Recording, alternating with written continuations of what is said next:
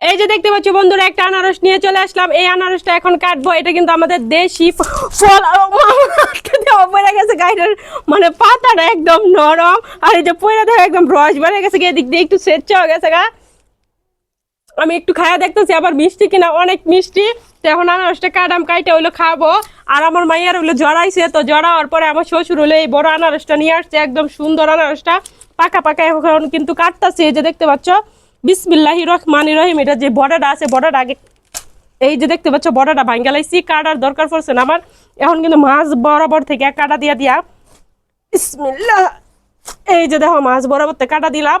একদম কার কার জিভে পানি আয় পড়ছে একটু কমেন্টে জানাইবা। আমার কিন্তু একদম লুল মুহ আয় পড়ছে, আমরা কিন্তু লুল কই, আর অনেকেই কিন্তু লেলা বলে। তো আমি কিন্তু এখন কেটে নিচ্ছি, দেখতেই পাচ্ছ। এখন এটাকে কাটবো। তো এখন এই যে মাছ বরাবর থেকে একটা কাটা দিয়ে দিব, দিয়ে তারপরে কিন্তু সুলাই নিব আর একটা কাটা দিয়া। এই যে দেখো আরেকটা কাটা দিয়ে দিলাম। এখন কিন্তু সুলানির পালা। এই যে সুলানির পরে কেমন কালারটা আসে এটা কিন্তু দেখাবো তোমাদেরকে, অবশ্যই তোমরা একটু ওয়েট করো। আর রসটা কিন্তু এত পরিমাণে রস। এর আগের বার একটা আনারস আনছিল, হে আনারসটা আবার কাঁচা আসিন। তো এইবার শ্বশুর কয়েকটি ভালো করে দেখা পরে নিয়ম, তো ভালো করে দেখাই মনে করে জানছে। তো এখন আমি পানি দিয়ে একটু ধুয়ে নিতেছি, একটা পাতিলের মধ্যে একটু পানি দিয়ে দিলাম। তো পানি দিয়ে দেখতে পাচ্ছ আনারসটা একদম ধুয়ে নিলাম।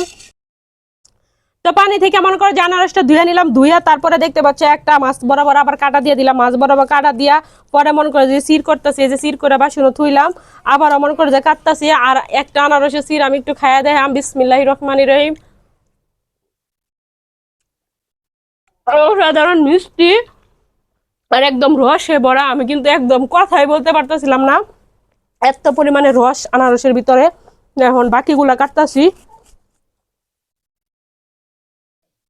এই যে দেখো বাকি আনারসটা মনে করো যে চুলায় নিতেছি। আর আনারস কাটার পরে সব সময় মনে করো যে ভিন ভিন ভিন ভিন থাকে। এটা দেখতে কে কে ভালোবাসে আর কার কার কাছে এরকম ভালো লাগে, আমারই কিন্তু একটু ভিডিওর নিচে জানাইয়া যায়ও। আর এখন দেখো এই যে একেবারে কিন্তু দুইটা সিরকাটটা লয়ে যাইতেছি গা। এই যে সব কিন্তু আমি প্লেটে রাখতেছি, দেখো। তো বাকি যে অর্ধেকটা আছে এই অর্ধেকটা এখন আবার কাটতেছি। আর এই আনারসটা কিন্তু খাইতে কিন্তু হেভি মজা লাগে। আর এই আনারসটা জ্বরের সময় খাইলে কিন্তু মুখ ভালো লাগে। জ্বরের মুখে তো কোনো কিছু খাওয়া যায় না, মুখ তিতা তিতা লাগে। তাই তার দাদা তার জন্য এই আনারসটা নিয়ে আসলো।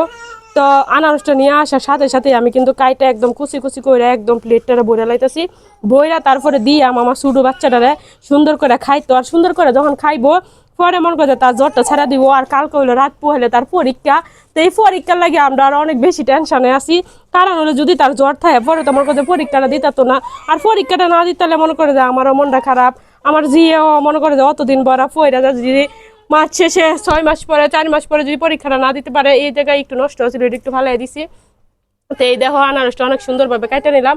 কে কে এরকম ভাবে আনারস খাইতে পছন্দ করো অবশ্যই একটু কমেন্ট করে জানাই যাও। আর আমার কিন্তু এই আনারসটা খাইতে ভালো লাগে। আর জ্বরের মুখে কিন্তু আনারস খেলে কিন্তু সেই ভালো লাগে, সেই অসাধারণ লাগে। তো এই যে দেখতে পাচ্ছ আমাদের নরসিংদীর বাসে এটাকে বলে আনারস। তোমার এলাকায় এটা কি নামে পরিচিত অবশ্যই একটু জানা যাও।